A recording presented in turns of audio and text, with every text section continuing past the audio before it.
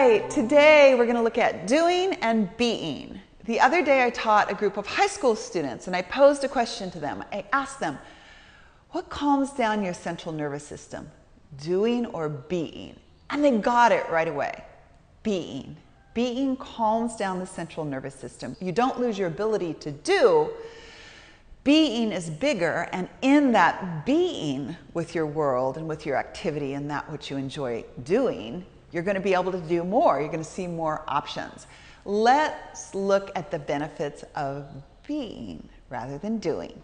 Okay, so I'll give some examples. You know how you can go out and do your run in the morning? If you enjoy exercise, you're going to do it and get it off that to-do list. See if you can get up in the morning and when you take your run, be with your environment. Perhaps you run along a road that's near a park.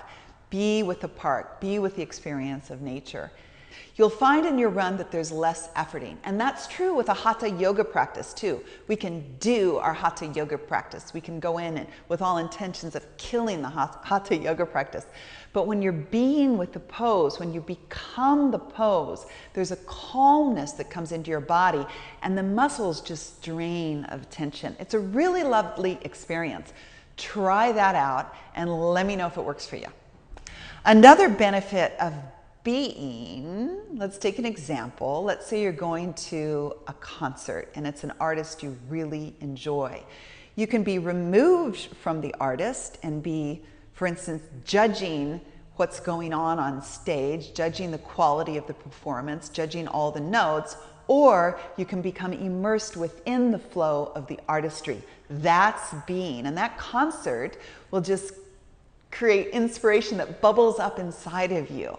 I remember feeling that way when I saw Damien Rice up in Edinburgh last year. Just carried away. I was so carried away by the artistry of Damien and what he had put together.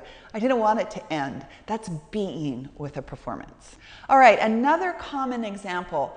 Are you a Mr. or Ms. Fix-It? When you listen to your friend and they're sharing some challenge they're facing, do you go into fix-it mode, doing mode, how am I going to help? See if you can back off that, breathe, get a little bit of space, and be with your friend. Be with your friend in his or her challenge. Be with your friend in their experience. And just let their friend melt in your presence.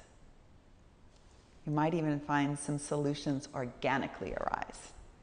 And our final example today is going to be a work-related example. Let's say you have a project and you're trying to push that project along and for some reason that project isn't moving. It just kind of gets stuck along the way. Take a big step back. Look at the big picture of the project. Maybe the timing just isn't right. Continue to give it some space. Be with the project. If the timing isn't right now, let it sit a little bit and then knock on that door again. Try again. Just keep trying. If you really believe in that project, let it be, let it sit, knock, knock, knock on that door and see if it works out in future weeks or months or maybe even a year or two. So those are some examples of being. How do we put being into action in our world rather than the habitual doing? Being allows us to go more with a greater flow of life and with the greater flow of creative inspiration inside. Let's see if we can be this week. Don't worry, you're not going to lose your ability to do, but see if you can zoom out, get the big space of being, and then do within that space. There may be a little bit more ease. Your central nervous system will calm, and maybe there'll solutions you didn't even think of. I hope this is helpful. Let me know if you have any other ideas, and subscribe here.